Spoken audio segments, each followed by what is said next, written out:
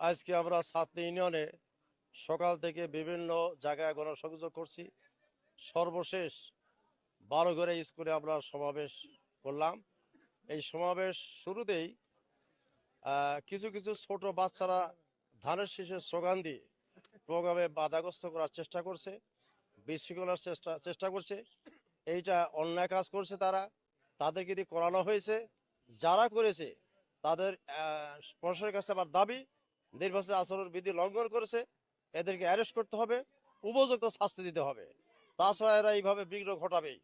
আমি আমি সবার প্রতি আহ্বান রাখতে চাই, এই নির্বাচনের পরিবেশ সুষ্ঠু রাখার জন্য সবাইকে ঐক্যবদ্ধভাবে সহযোগিতা করতে হবে।